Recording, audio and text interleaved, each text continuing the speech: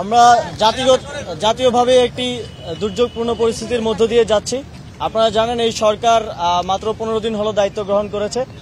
বাংলাদেশের মানুষ দীর্ঘ সময় ধরে তাদের বিভিন্ন দাবি এবং তাদের যৌক্তিক বিভিন্ন দাবি উত্থাপন করার সুযোগ পাচ্ছিল না। বিগত সরকারের আমলে তারা সেই দাবিগুলো উত্থাপন করছে।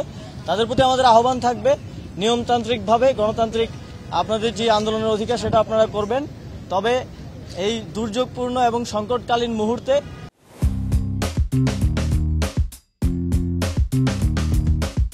সব পক্ষের প্রতি আহ্বান থাকবে এই ধৈর্য ধরে আমাদের অপেক্ষা করার, এবং আমরা সবারই দাবি শুনব।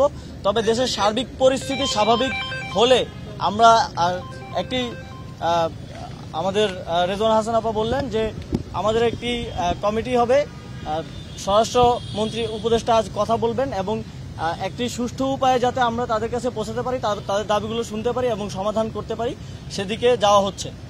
এবং একই সাথে এই দুর্যোগপূর্ণ মুহূর্তে দেশের সকল পক্ষকে ঠিক যেভাবে আমরা গণঅভ্যুত্থানে একটি জাতীয় ঐক্য গড়ে উঠেছিল, সেই জাতীয় ঐক্যের আহ্বান আমরা সরকারের পক্ষ থেকে করছি। সকল পক্ষকে এগিয়ে আসতে হবে এবং এই দুর্যোগপূর্ণ পরিস্থিতি মোকাবেলায় আমাদেরকে একসাথে কাজ করতে হবে।